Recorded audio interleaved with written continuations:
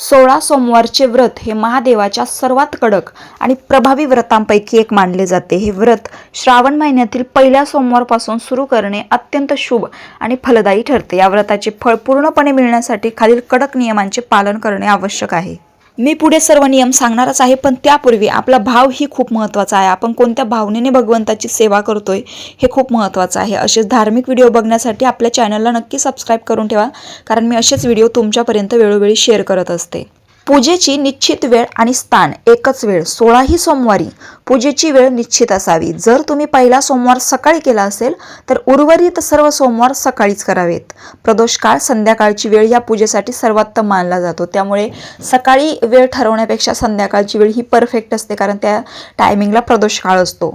एकच स्थान 16 आठवडे पूजा एकाच ठिकाणी घरातील देवघरात किंवा एकाच शिवमंदिरात करावी। सारखे स्थान बदलू नये। तुम्ही एखादी विशिष्ट जागा ठरवून घ्या, जेणेकरून तिथे तुम्हाला कोणीही व्यत्यय आणणार नाही पूजा करताना। 16 सोमवार व्रताचा मुख्य घटक म्हणजे प्रसादाचा कडक नियम। चुरमा प्रसाद अचूक प्रमाण। या व्रतामध्ये महादेवाला गव्हाच्या पिठाचा, तुपाचा आणि गुळाचा चुरमा, लाडू किंवा शिरा करून नैवेद्य दाखवला जातो।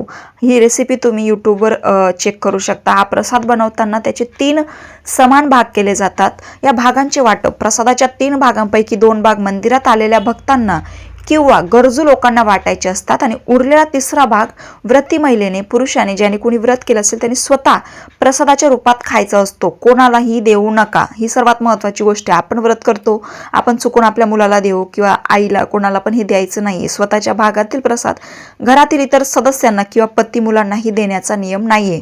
तो पूर्ण भाग स्वतःच संपवावा लागतो।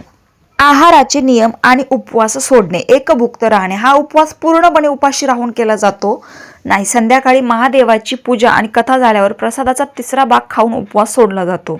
त्यानंतर तुम्ही एकदा सात्विक जेवण म्हणजे बिगर कांदा लसणाची किंवा फराळ करू शकता।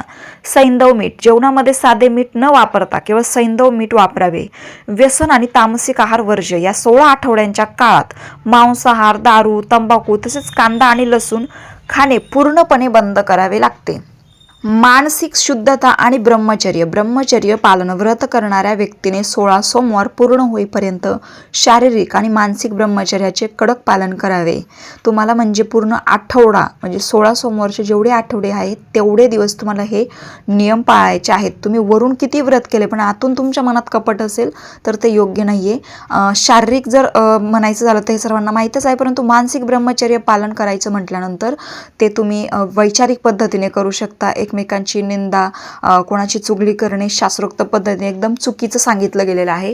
विचारांची शुद्धता। व्रताच्या दिवशी कोणावरही रागवू नये, खोटे बोलू नये आणि कोणाचीही निंदा नालस्ती करू नये। मन शांत ठेवून ओम नमः शिवाय मंत्राचा जप करत राहावे। प्रत्येक व्रत हे उद्यापनाशिवाय अपूर्ण आहे, तर उद्यापन विधी 17वा सोमवार। 16 सोमवारचे व्रत पूर्ण झाल्यावर 17व्या सोमवार या व्रताची रीतसर उद्यापन केले जाते।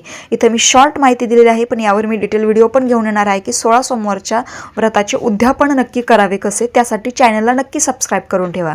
या दिवशी 16 जोडप्यांना किंवा ब्राह्मणांना भोजनासाठी बोलावून वाण आणि दक्षिणा दिली जाते। उद्यापन केल्याशिवाय या व्रताची सांगता पूर्ण होत नाही। रामकृष्ण हरी। हर हर महादेव।